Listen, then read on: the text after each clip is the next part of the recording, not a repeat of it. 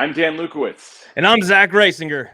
And together we're the co-creators of the CRE Pro Course. And boy, do we have CRE a great Pro Course today. Man, I need to call Woo! you every morning, Zach, at whatever time you wake up to get me going in the morning, because you should Way too that early, awesome man. energy. Way too early. No, I love it. And I think people really appreciate that, because Zach is a guy that just puts his passion out there, and CRE Pro is definitely something that he's passionate about. So Zach, how you doing? I'm doing great, Dan. How you doing? Doing pretty well here. A lot of renovations still going on in our house, so it's a little bit hectic, but other than that, everything is really good. Well, welcome to CRE Pro Show, Pro Course, Pro everything. Super excited to be here, Dan. I always love when we do this. It gives our audience a chance to interact with us.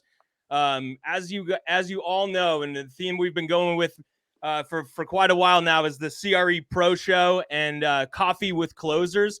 But one thing that we have that's really exciting now that we're starting to do more of, and I love it because it's giving you some of the inside wisdom, inside knowledge of brokers and agents, developers and investors on a day-to-day basis. Those that have taken the course, those that are just in our network, is the one thing, right?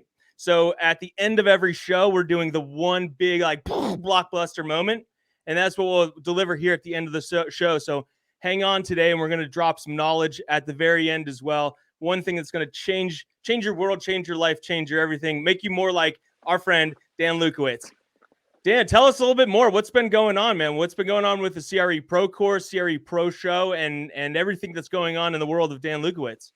Yeah, so the course is going great. We've got a lot of new participants. We've got some really exciting things. There's a closing coming up on Friday for one of our CRE Pro participants who took the course, I believe, back in March. All right. And second closing already. So that is really awesome. Super excited for that. The mentorship program is going strong. We have one of our mentees just mentioned that during the time that he was in the mentorship program, he has watched his net worth double. That's pretty exciting. Woo-hoo! And then the mastermind's going strong too. Yeah, so we're learning, we're growing, we're having fun, and building great relationships, doing deals together. That's a lot of fun. So I just dropped the in the sidebar. I'll drop the event, but you are all in the event now. So if you want to drop this and help us out, help yourselves out, help the network out, drop it in your live feed on any of your social channels. We're doing TikTok, we're doing Instagram, we're doing Facebook, but most importantly, we are doing LinkedIn. So yeah, if you could drop it on. Remember, Dan and I always are interacting, engaging. You know, I just looked at a show because we go back to all of the previous shows and we comment on and we engage with anybody who asks a question either live or during the rewind. And we had Pauline Reese on about 2 or 3 weeks ago, and we had something like 250 comments on one show. It was pretty great. So we have about 100 people coming into these shows on average. If you like the show, would love to have you spread it out there, send it to your friends, send it to your brokerage. But we're just here really to drop some knowledge. Just like Dan was saying there, we've got a lot of people in the CRE Pro network that are using the CRE Pro tips in order to close more deals. And the larger the network gets, the larger that amplitude or the amplification of the network is. And that was one of the things that we got a question about today, Dan, and I wanted to get your feedback on it was, if you're thinking about getting into commercial real estate, particularly brokerage, development, investment, holding a portfolio of your own, what would you say are some of the tips to doing that? You just mentioned a lot of them there, but some of the key tenets that we go through in the course. Yeah, so number one, you're going to want to make sure that you're not going alone, and that's really why we created the CRE Pro Course Network. Because most of the time, when you get into a brokerage, you might be promised training, you might be promised to have a community aspect, but really you're on your own, because anyone who's going to want to give you training, they're busy with their own book of business. They're busy, pushing their own deals across the finish line. So the CRE Pro Course was created because there was a deficiency and a deficit in the training space in CRE Pro. So number one is good training. Number two is good people. And that's another benefit of CRE Pro Course, is that in our community, as Zach was mentioning before, you have the opportunity to interact with other CRE pros. And what's really great is after a few months in this network, people start doing deals together, Absolutely. Right? If we've got a CPA who's in the network, people need a CPA, they'll reach out to him. If somebody, also specializes in lending and they're in the network and somebody needs a lender, boom, they reach out together. So I really love the fact that people are doing deals together and are adding value to each other. Because as we know in real estate, Zach, we're looking at with an abundance mentality. And the more people that are in the network, the more there is to give and to gain and to grow. And that's another reason, as you mentioned, Zach, that with the LinkedIn Lives that we do, if you're here and you're watching, you have a question or there's anything you want to add, please put it in the comments. And not just if you're watching live, if you're on the rewind, we make sure that the comments and the topics are addressed even afterwards. So that's just another great reason for people to be joining in with us. So network is huge, right? And so the question stems from we have a lot of people that are thinking about getting into commercial real estate, and they're saying, okay, now I've graduated college. I have a Bachelor of Science in, I don't know, finance. I want you to take us through your journey here, Dan, in just a second. But this is where this question comes from: is I've got a degree in whatever it is, right? I think I like commercial real estate, or maybe I'm in residential real estate now, and I think I wanted to get into commercial. Should I go back to school to get an MBA, right? A full-on business degree, or even a master's in commercial real estate, which there are some great programs in this country and around the world. Would you today, knowing what you know today, would you advise, or would you have done that? And would you advise others to do that today?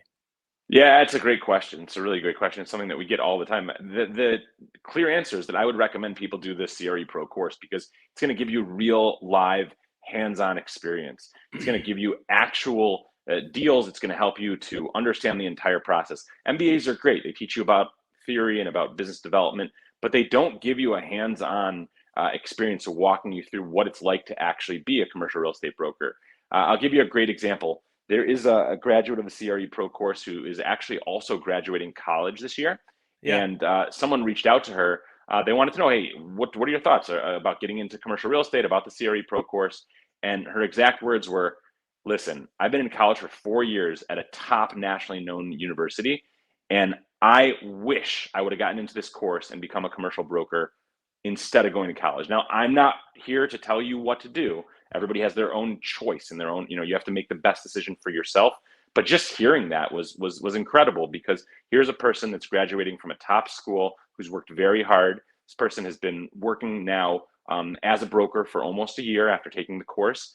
And she's really, doing quite well. And if she could go back in time, she would have just gone straight into commercial real estate brokerage. It's a really incredible career, as you know, Zach, because really, as long as you have the training and the community, which is what we offer, the sky is the limit.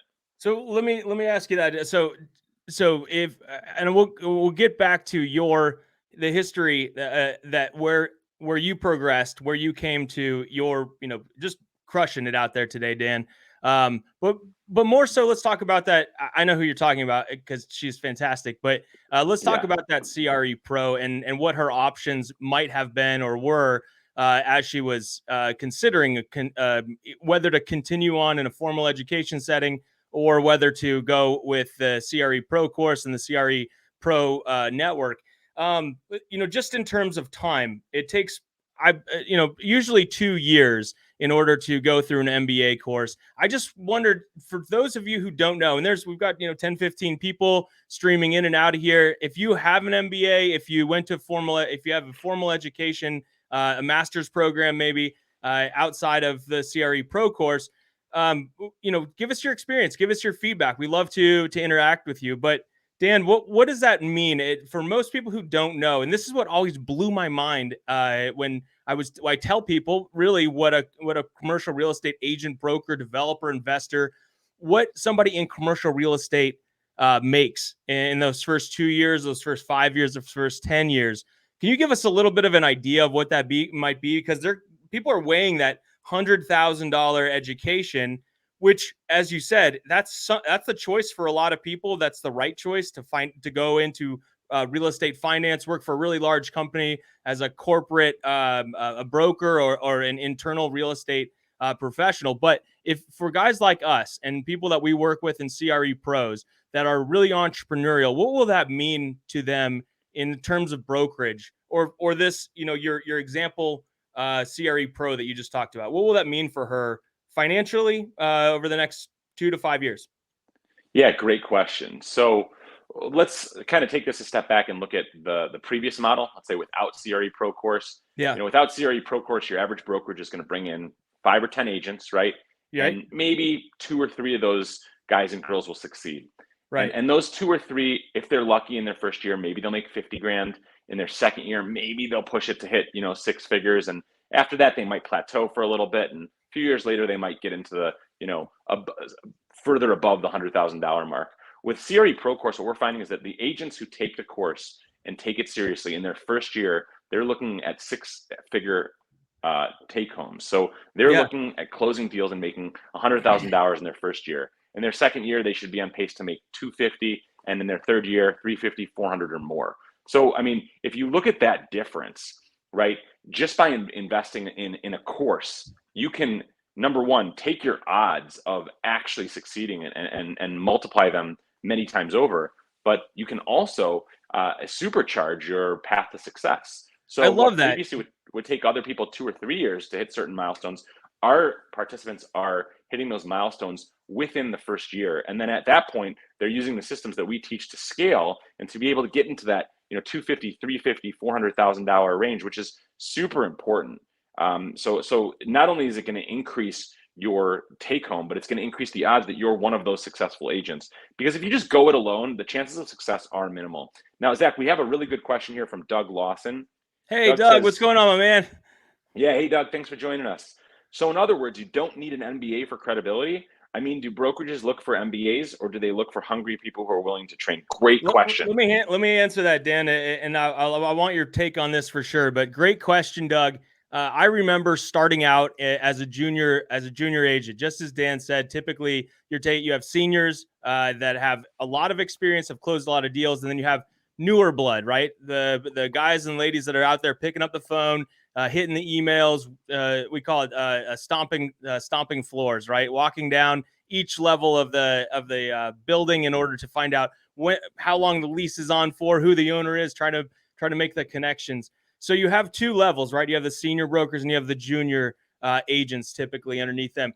I was just sitting here doing this calculation, and from what you were telling me there, Dan, it costs today about $100,000 a year, and you're paying for 2 years of business school.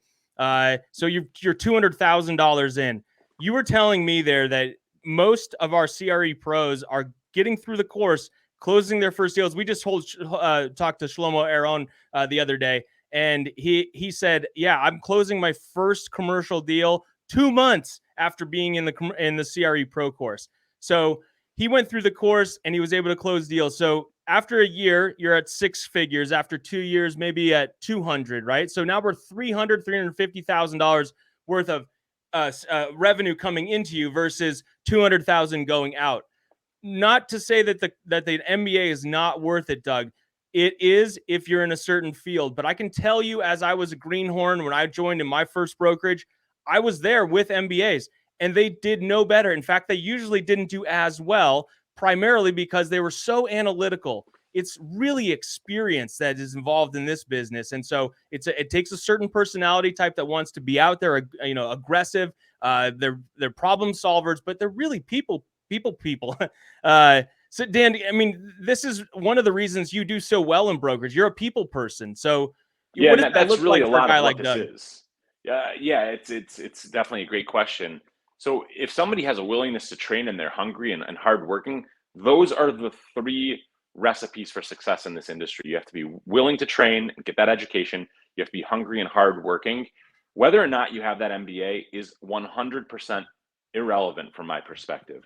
That's a great question. Let's jump on here. Doteen just wanted us first to have some clarification. By the way, Dodine, thank you so much for joining us. We really appreciate it. Dodine is with BHHS, and she's been a supporter since day one. Always love interacting with you and appreciate you, jumping on at every LinkedIn Live that we have. So she wanted to clarify, it sounds like, let's include the share to the house out of those 6 figures, correct? So I want to clarify, that is a take home.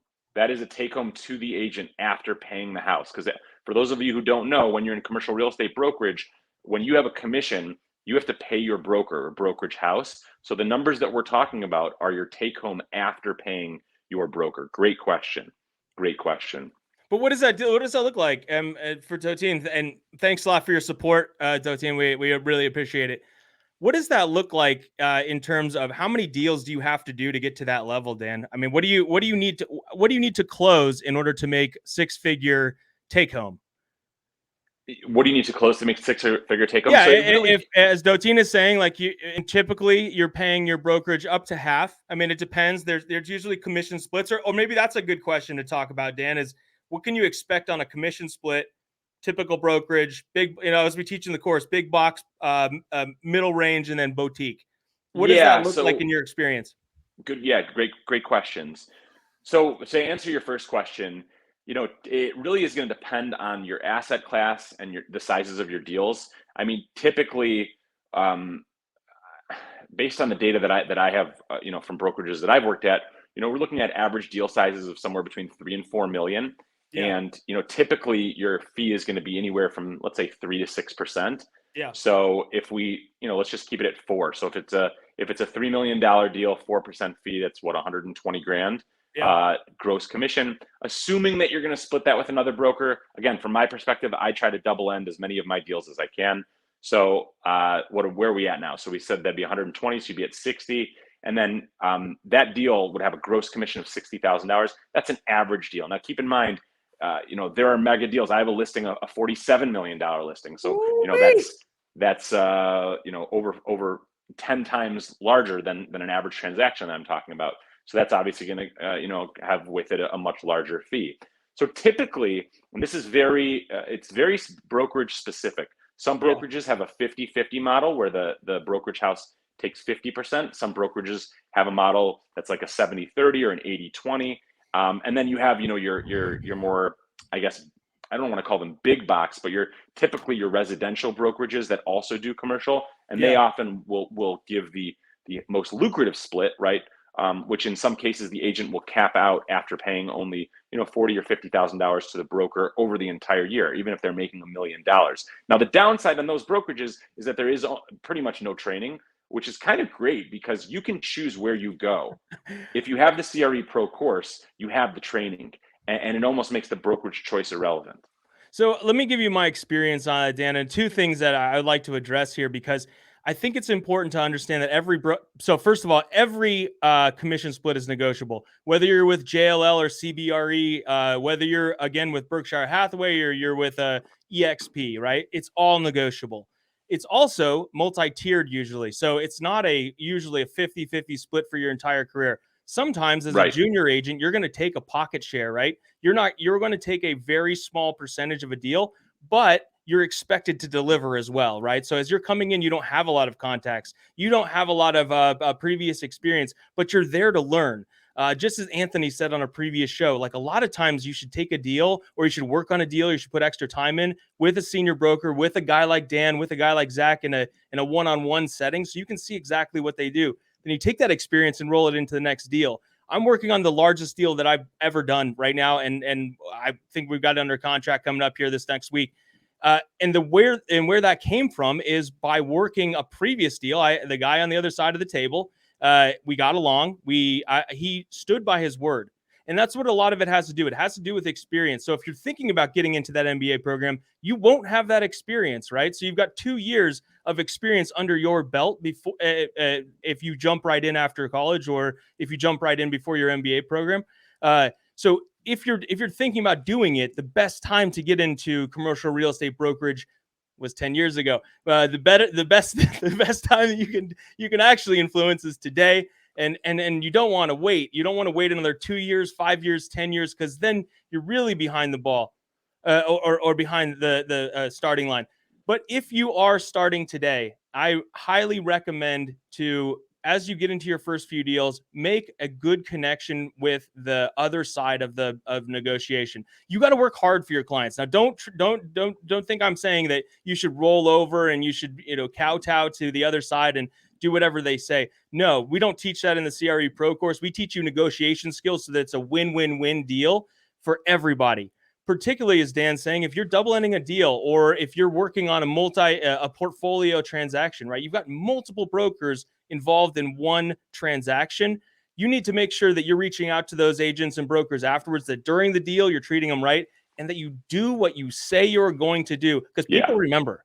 And when you burn bridges, you get a reputation in this business, and it is very hard to get out of that once you develop a bad not only a relationship, but just a bad sentiment, a bad feeling in the market. When word gets around about you that you are not doing what you say you're going to do, other people won't want to work with you, or if they do, they're going to be very caustic. So yeah, tell us a little bit more about a deal you've done, Dan, that experience has really played into it, that has really made the deal for you and made it successful for your clients. Very good question. So a deal that I've done where previous experience had really, played into how I've got this. one for you, and I can call it for you. I know you're Go modest. ahead. Not only are you modest, but also you've done a lot of Sometimes. deals, so it's hard to think about them all.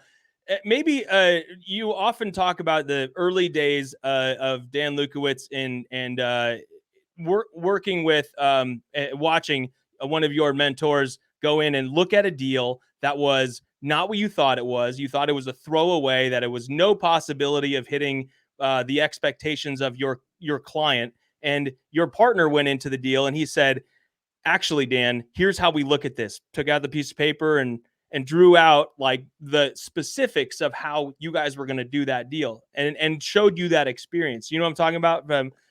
It's disability. Oh, You're what are you referring to? You're I'm referring talking about to. the way back in the day, Dan. The Okay. way back, Dan. When you were Danny. No, I don't know if you're ever Danny. No, when you were the disability, the retrofit company, right? And you Yes. have the mentor that says, you're saying, oh, this is just going to be a throwaway. There's no way I can hit these numbers, and this is already way over budget. And he said, whoa, whoa, whoa, whoa. Let me show you from my experience. Let me show you how to do it. Let me show you how I envision this. And then you take I that think skill I set think on. what you're referring to is when this was back in like 2005. In Danny I days, had right? Yeah, Danny Days is right. That's right. It's funny because anybody who knows me from like that time prior still calls me Danny. But at any rate, at any Is rate, this when you drove the? Is this when you drove a new Viper? When Vipers were new? When you drove a mint Viper off the I was line? actually probably driving an Acura Integra at the time. I was big into Hondas and Acuras in college. At any rate, we won't go there. But at any rate, I believe what you're referring to is the time that I was going up to a project that we were working on. I was running the sales for a company called Disability Made Easy, which was a Ah, there you barrier-free go. home modification construction company. And we got to this property and we got out, and I just like, what are we going to do here? This is like just a piece of garbage. There's nothing to do. And the project manager that was working for us, he got out of the car with me, and he stood there and he took out his graph paper and he said, just hold on a second. And he took the front elevation, or the front of the property, and he completely resketched it and made it, redesigned it in a way that would be handicap accessible and would be suitable to the occupant. And it blew me away because I was able to see how there was something that most people would write off, but this guy, because of his experience, he was able to take a look at something and see what it could potentially be if it had the proper alterations. I've got one for you, Dan. So, and this it really reflects on what we're talking about today. And uh, we had a deal come in to the brokerage that was a pretty complex deal. There were a lot of moving pieces. There was a lot of we work with a lot of the finance part of it, right? A lot of what you and I do, Dan, is making sure that somebody can buy or sell something, or how to Mm-hmm. structure it so that they can. We had Levi on last week, and Levi was able to help us and tell us a little bit more about some of the tax mitigation strategies, 1031, the capital gains and opportunity zone, all of that stuff that we talk about inside of the course. He was able to relay some of those. And this deal came in, this was 15 years ago or something. And they sort of, as they do in a lot of brokerages, they sort of throw these complex deals out to everybody we call the bullpen, right? They throw it out to the bullpen and they say, hey, see what you can do with this. Take this deal and see what we can do to offer our clients. So we have the MBAs out there just crushing numbers, right? They're throwing it into huge, complex spreadsheets. They've got H lookup tables, V lookup tables, and they're running these three huge algorithms.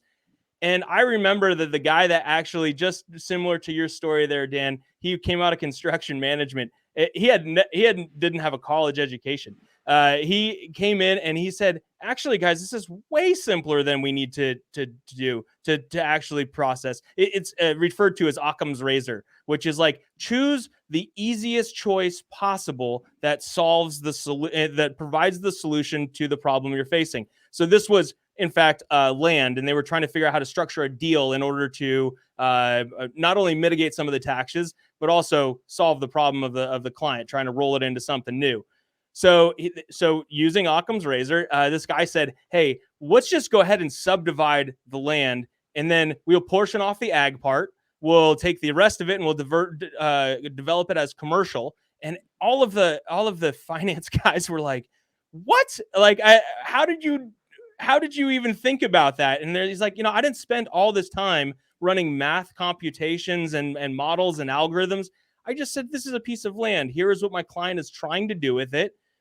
All we need to do, we'll figure the rest of it out, but we need to find out if this is something that he's even willing to go forward with. So he proposed it. It was accepted. And the guy who got promoted to senior vice president way faster than I did. So it doesn't take that formalized education, but it does take experience, and it does rely on experience, right? Real world experience is all a commercial real estate's all about.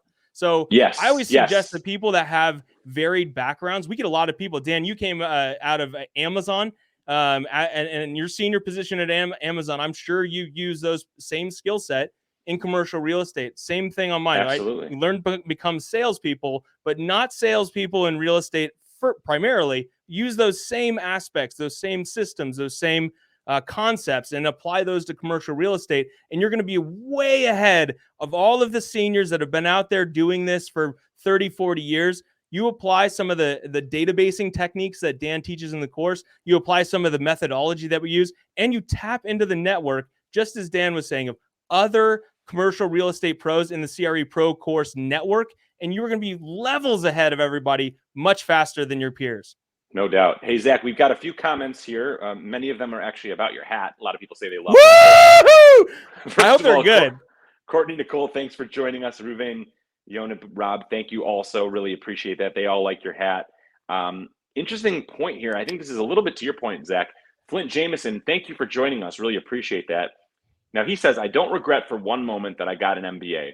It has done great things for me, but most of that is the network I built. Network is so important. However, had I known what I know now, I could be in a much different position now. I'm a multifamily syndicator, not a broker. So this is great. Yeah, MBA, it could be great for some people, and I'm sure that that you got a lot from it. And you brought up some great points. The network is so important, right? And then what you said here, had I known what I know now, I'd be in a much different position, right? Because the most important thing in our industry is experience. So yeah, you can learn things in college. You can learn things, wherever you want. At the end of the day, the experience that you get in the CRE Pro course and the experience that you get in the industry is what's going to make you a top broker. So that's really important there. Hey, Dan, what would you suggest? If and by the way, just a super fan here, Dotine, thank you again. You guys have been the most consistent and loving CRE Pro course. You have reached so many people. Keep on trucking. Listen, it's because of great fans like you and people who are, coming in every single time. We appreciate it. We did this because people reached out and they wanted it. That's why we continue to do it. So, Dodine, thank you again so much for joining us. Sorry, what was that, Zach? So, Dan, I was going to say, we get a lot of people that either come through the CRE Pro course, they enter the CRE Pro network, and they're reaching out to us on a daily basis, and they're asking for our advice.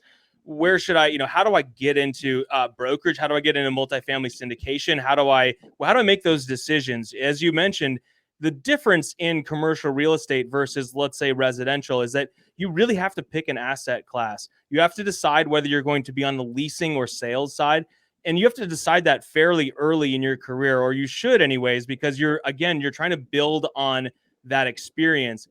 Can you tell us a little bit more about how you made the decision to get into triple net and why that fits your personality, or why that's so appealing to you and your team?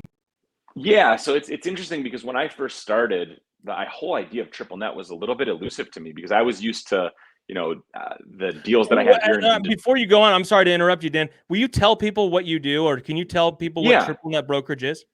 Absolutely. So I am a triple net investment sales broker. So we'll take those one at a time. Okay. Triple net is a specific type of asset class where the landlord responsibilities are incredibly limited, if there are any at all. So I'll give you a great example. Let's say you've got a Chipotle as a tenant that's on a main corner. Yep. So Chipotle may have a triple net lease, which means that let's say they're paying 120, let's say they're paying $200,000 of rent every year. Well, you as the landlord are not responsible for any expenses. So you're not responsible for taxes. You're not responsible for insurance. You're not responsible for property management, maintenance, roof structure, any of that. Now, there are certain nuances. There are some types of leases that do have the landlord responsible for things like roof and structure. But in general, the archetypal triple net lease, the absolute triple net lease, has no landlord responsibilities whatsoever. Okay. So I am in investment sales, which means that I primarily deal with the buying and selling from the brokerage side of things of these assets. There is also leasing brokerage for triple net, which is a broker who would do the negotiation between a landlord and tenant to iron out the details of the lease. So that's what I do as a triple net investment sales broker. And how'd you get into it? Well, I got into it because I was recruited by a boutique firm here in Metro Detroit. While I was working at Amazon, they were looking for top salespeople at other companies to port those skills over into brokerage. Yeah. And I had a background in single and multifamily residential real estate investment. Purchasing properties, renovating them, reselling them. Okay. And especially at that time in the city of Detroit, the returns on a rental property, for example, could have been in the 20-25% cash on cash return. So when I heard about this triple net thing, I was a little bit concerned, because I was like, well, why would somebody want to have a fast food restaurant that's at a 5, a 6, a 7 cap when they could have a property that has a tenant in it and get a 20 or 25% return? Right. And the simple answer is because with the fast food restaurant, there are no landlord responsibilities. You're dealing with a national tenant. You have a guaranteed lease that's backed by many locations, or even the whole corporation in many cases. Whereas with, and there are no responsibilities. There's nothing that's going to go wrong. There's no unexpected. Whereas with a regular, rental property, you're going to have to pay taxes, insurance, in some cases, utilities. You'll have to pay for property management, for maintenance. If the roof goes bad, you have to pay for that. If your tenant decides not to pay, or if there's a federal or national or CDC mandate that they don't have to pay, then they're not going to pay. You have to deal with evictions, all kinds of things. So for me, I was a little bit puzzled as to why this was such a big asset class. And I remember, speaking with my father, who's an entrepreneur himself, and he was, explaining to me that these are blue ribbon tenants. These are the best companies in the world in many cases, and they're occupying the best real estate in the entire country in many cases. So, the return obviously is going to be significantly less, but it's just such a secure, solid, stable asset class. So that was something that attracted me to it, number one. Number two, I recognized just how much money was being poured into the triple net space. I mean, you have real estate investment trusts all over the country that are putting in hundreds of millions of dollars every quarter into triple net deals. So that's how I got started. And when I got started, I decided to this is what I recommend to new agents. I decided to make databases of several different types of triple net properties. Okay. So I made a database of pharmacy deals. I made a database of tire stores. I made a database of shopping centers. I made a database of medical office buildings. And as I started calling each of these owners for these types of properties, I started learning more about that asset class. And eventually, I realized that, I like medical office. I like fast food. I like industrial. I like shopping center. But it really allowed me to have that experience that we've been talking about on this entire live program, so that I was able to not only figure out what was best for me, but also to learn. And I highly recommend that methodology for new agents. So that's it. And by the way, Mike Toole, thank you so much for joining us. Mike's a great guy down there in Florida, and appreciate you joining us for the conversation. Dan, it reminds me, as a triple net, and I highly suggest, if anybody is thinking about it, getting into triple net brokerage, or has any questions about triple net brokerage, Dan's a great resource, right? Reach out if you're already connected on LinkedIn. Connect with Dan and Zach on LinkedIn. Feel free to ask any questions. Remember, you can always ask these in the rewind. But one of the things I think is great about triple net brokerage, or triple net investments in particular, it reminds me of Warren Buffett, who says, his first two rules of making money are, first, never lose money, and second one is refer to rule one. So it's the risk tolerance of the investor, but it's also the scale of the size of the deals that you do. right? As you're talking about, listing and selling large 10, 20, $30 million properties, as we talked about early in the show, the commission on that is absurd high, Yeah. absurdly high. But also it requires, in most cases, just the same amount of work. It depends. Some deals go very smoothly. Some deals are very rocky, and it doesn't necessarily pertain to the end total, the price tag that actually is negotiated. So my father always said this. He would rather, he's a whale hunter like you, Dan, and he would rather do one massive deal than 10 smaller deals. But in order to do that, there's so limited amount of 10 like massive deals like that you really have to, as Dan just said, create a database of the deals that you want to pursue and continue to work on those and continue to try to close those, as opposed to taking these little one-offs. I mean, it's just different types of brokers, Dan. A whale hunter versus, a minnow fisher or something like that. Yeah. Both of And them eat at the end of the day, but it's just, it really, I think it's your personality, or the personality of the broker. Like, some people just love to hunt whales. I mean, absolutely. figuratively, let's say. But also there are other people out there that are grinders. They love to be out there. They love the leases, right? The lease, the 2-year, 4-year office lease. They have a huge network. They do what they say they're going to do, and people, their tenants or their customers, continue to use them to lease and renegotiate leases. One of the things I wanted to mention there, the difference in between what Dan does maybe and what a leasing broker does, is that the commission splits are usually a little bit different for a leasing agent, right? If you're leasing out a shopping center or triple net, usually you've got like a 4-2 split, right? And what that means is there's usually 6% out there, and typically 2% is going out to the actual leasing agent, the person who, you see the big signs in a shopping mall and it says space available.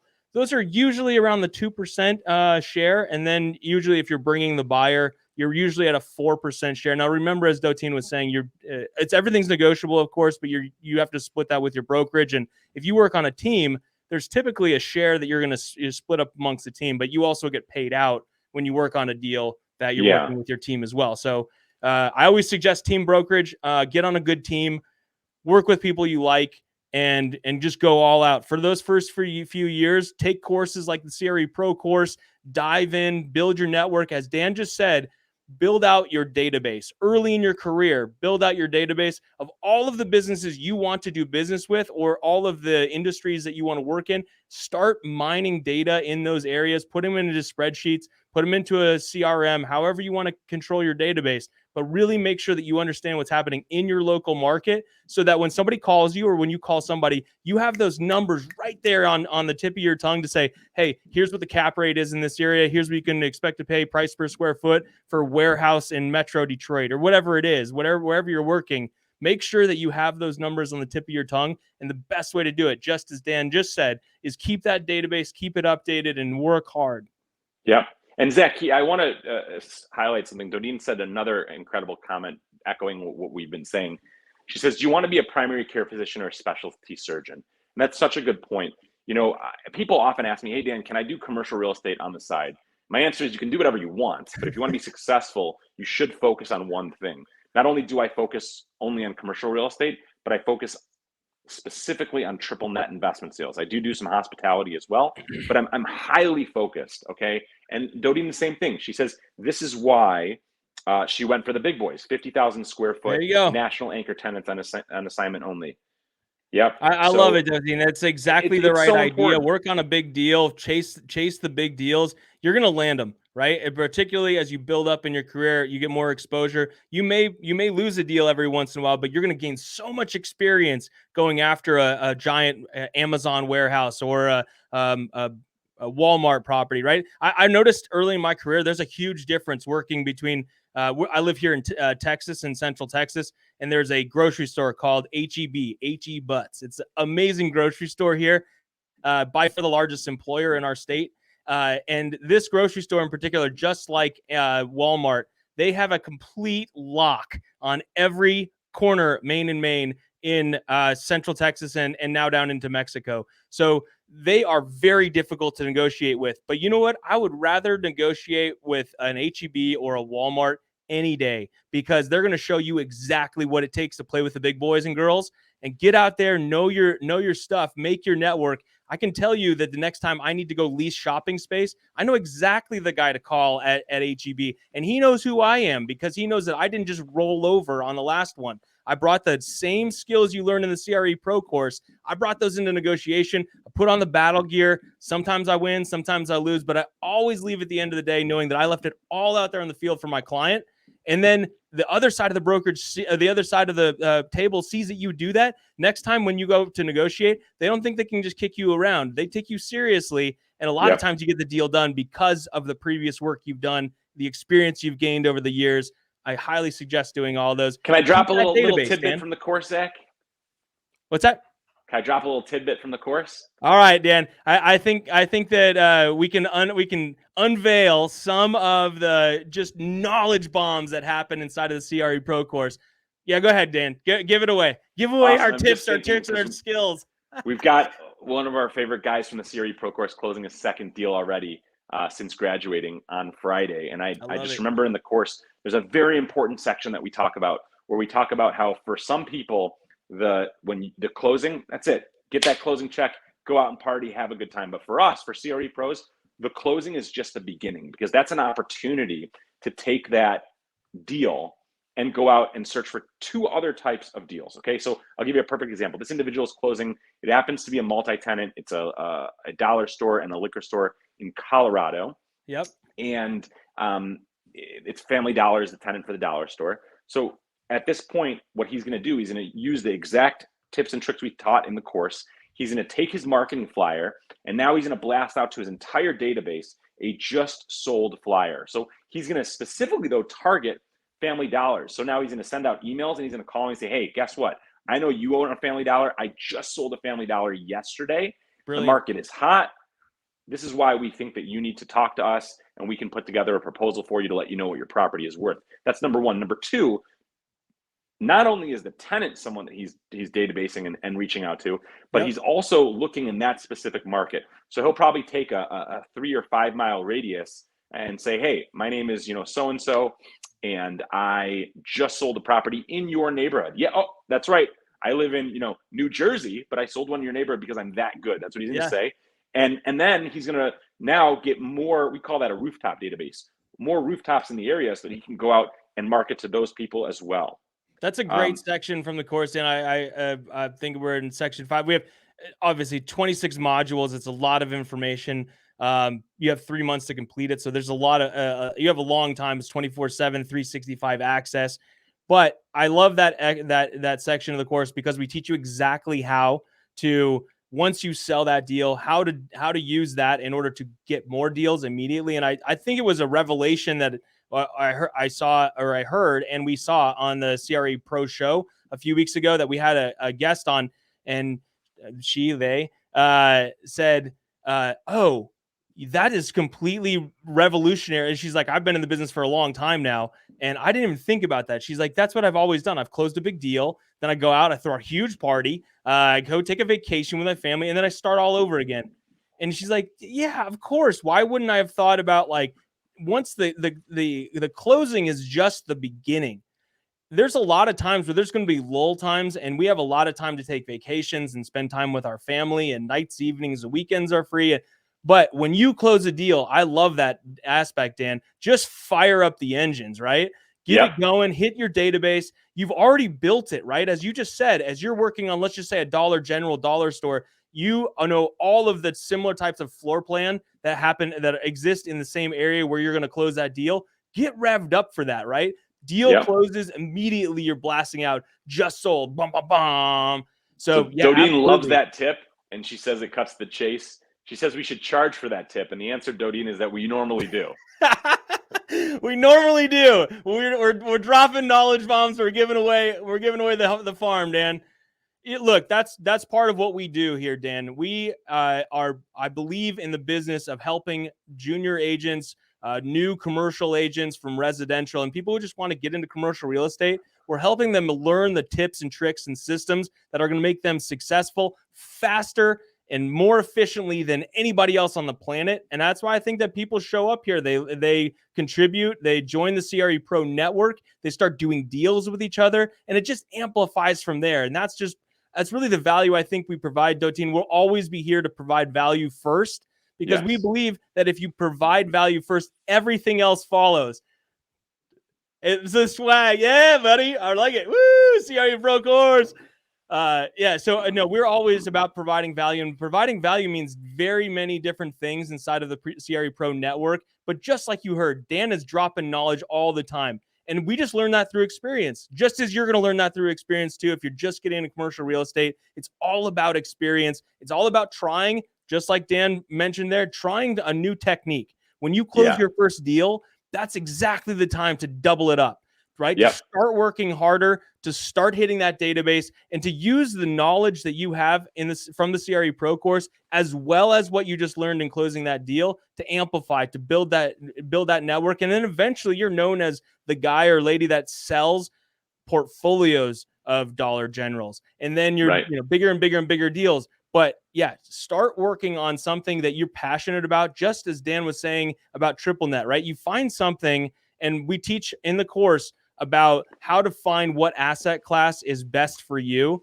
But start thinking about that inside of your own network. One of our friends, Ben Kogut, often says the way that he found his way in commercial real estate was by doing informational interviews. What an informational interview is it's asking somebody, what do you do, right? What do you in commercial real estate? Pick the top 10 brokers and agents inside of your in the commercial field, and reach out to them and say, hey, let me take you out to lunch, and then just ask them what they do.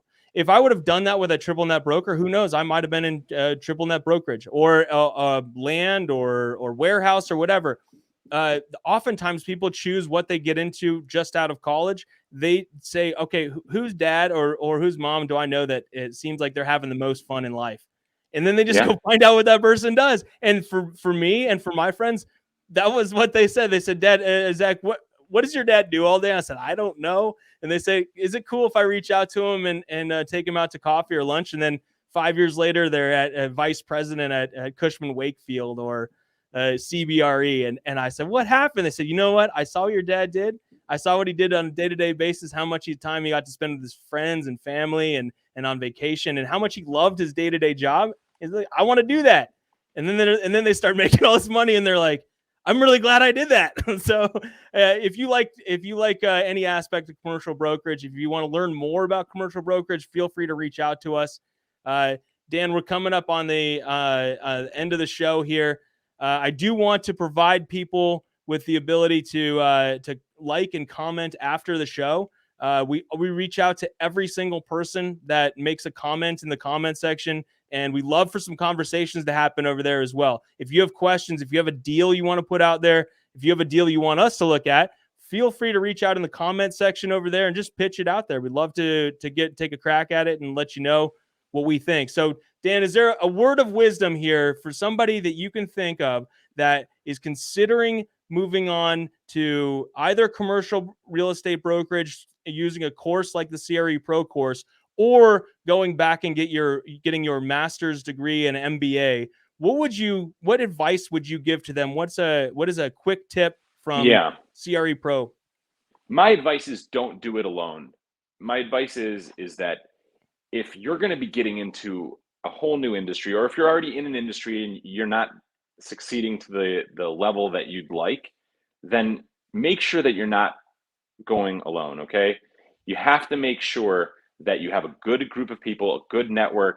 You have to make sure that you have the right training. And, Zach, you mentioned that everything that we teach in the course, the stuff that we learned over our decades worth of experience, that's absolutely true. What's also important is that you take the course, you get to learn from our mistakes, okay? Because had we had the CRE Pro course when we started, I know I personally would have spent tens of thousands of dollars, because it would have catapulted me even faster through the trajectory of, going up in the ranks as a commercial real estate broker. So I think it's very important to recognize that you can do it yourself. You can totally go out there and, figure out how to build the car from scratch, figure out how to drive it without an instructor, and figure out what all the stop signs and street lights mean. Or you can, learn from somebody who's built a car and drives a car and knows how to do it. And that's why we have this course. This course is designed to give you everything you need to know to become a top commercial real estate broker or investor. And it's also designed to spare you the headaches, to give you the learnings and the lessons that took Zach and I so many years to really work out. So I will amplify on that. I do agree with your tip there. Do not go it alone. Join a network, join the CRE Pro Network, jump into the course, learn from the pros, learn from the experience, and use that in order to vault your career. I will say though, Dan, I look at everything in terms of return on investment, right? I look at the long-term return on investment. As we're here at January 22, I think about the 1, 2, 5 year, 10-year plan. How are you gauging your success over the next 5 years? If you want to be at that $500,000 level in 5 years, as my projection was early in my career, I said I want to be a $500,000 guy a year. How do I get there? Is it going to be learning spreadsheets? Maybe. As we had earlier, somebody said, look, an MBA was the great choice for me, and it might be. But for me, as I think about that, I need to think about how many deals I need to do per year in order to get to the level that I want to be in 5 years and 10 years. In order to do that, I need the experience. I need to lean on guys like Dan. I need to lean on guys like Zach. I need to lean on the CRE Pro Network and learn and get as much experience as I can in the next year, in the next 2 years, in the next 5 years, in the next 10 years. And that will allow me to achieve my goals. I saw that Matthew McConaughey wrote down in 1992, he wrote down his top 10 goals. And he said yesterday on a live stream, he said, not only did I hit them, I exceeded every single one of them. But when I wrote them down, they seemed so far-fetched that I would ever achieve any of these goals. And he said, I hit every one of them. So that would be my advice. Write down your goals for your commercial real estate experience. Write down your goals for the timeline of your life over the next 1, 2, 5, and 10 years. And then think about how you're going to get there. One of the ways is the CRE Pro course. One of the ways is to reach out to Dan and Zach. That's it for me, buddy. Always awesome. great to see you, my man. Good to see you too. And Zach, I want to take a minute here, first of all, to thank a lot of people. I want to thank everyone who comes to these lives and who comments and who adds value. Because when you're asking your questions and you're interacting, you're adding value to us and you're adding value to other people in the network. People see this, they follow up. It breeds more connections and more business and more deals and more good things. So that's number one. Number two, Zach, I want to thank you. You've been such a great partner to have. And, you know, we've been through so much over this last year. You too, Dan. Yeah, I love you, man. You're a great guy. I love you, bud. Yeah. And listen, if there's anything we can do to add value, please reach out. Zach, if you could drop the course URL in the sidebar there, not in the private chat though, into the group. Will do. We really appreciate everybody being here. Go to our website. It's creprocourse.com. That's creprocourse.com. Elvis, I know you're considering to take the course in February. I want to tell you something. Everything I've ever considered to do didn't get done. When I do it, it gets done. So I'm going to challenge you today to step up, Elvis, and register for that course. With a name like that, Elvis, you are going to crush it in commercial real estate. That's right. The coolest last name I've ever seen. Elvis? Oh, I love it. All right, Dan. I appreciate it, man. Reach out to us in the sidebar. Until next time, Dan. Thanks, guys.